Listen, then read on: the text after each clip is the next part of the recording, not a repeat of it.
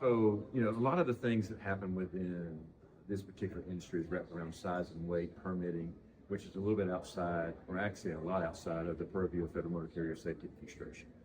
But with that said, there are a lot of commonalities with the safety aspect, but making sure that when the moves are going across the country, and I look at this as being, we're moving America, and we're actually building America, is what I believe this industry does as a whole. And number one, from a safety aspect, this particular industry just really hones in on the safety aspect, making sure you have the most qualified drivers behind the wheel, making sure that your loads are secure.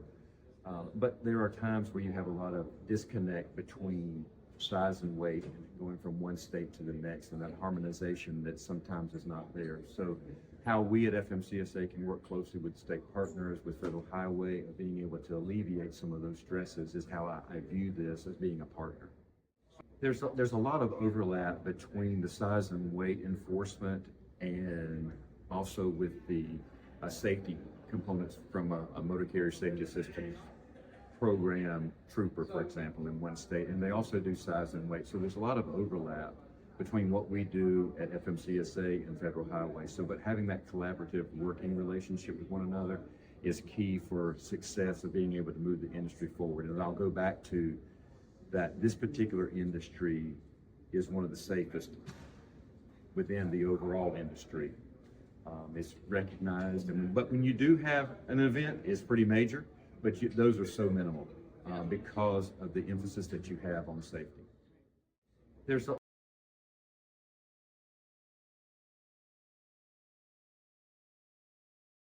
So we have no intentions of having that burden on the industry. We're working through some deregulatory sprints right now, is what we're calling them, to reduce regulations. I signed some deregulatory rules recently to take away some of that burden. It may be applicable to this industry, it may not, but as we begin to look through all of our rules and what we need to adjust, we need to look at how it's going to affect the overall industry and not be a burden to them. We need to be able to find a way to make sure that we're enhancing safety, but also reducing that regulatory burden, especially for someone who wants to come into the industry. But there are a set of guardrails. Those guardrails need to be in place, but we also need to make sure that they can also thrive and they can run a business and they can move American products across this country. So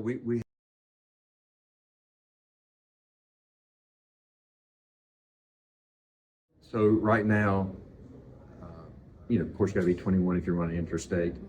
There are some petitions to continue the pilot program of 18 to 20-year-olds. That's still in process right now. We have a report that's going back to Congress from the previous administration that we will finalize. It's going to them, and then we'll see what happens from there.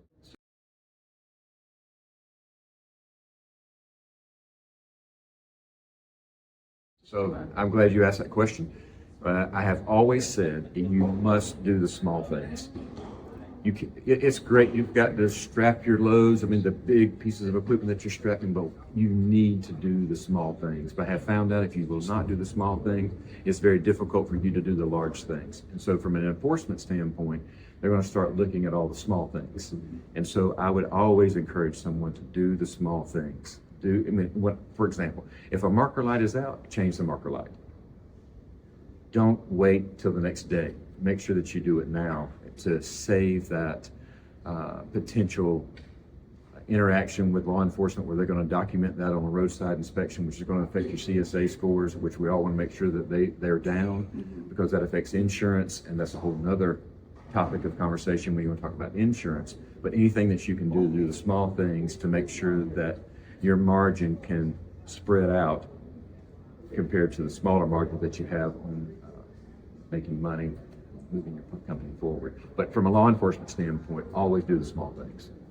So I have a lot of respect for boots on the ground drivers and what they do. And I think for me at FMCSA is to make sure that that's the message that we tell, that we respect the industry, and I respect the American truck driver and what they do every single day.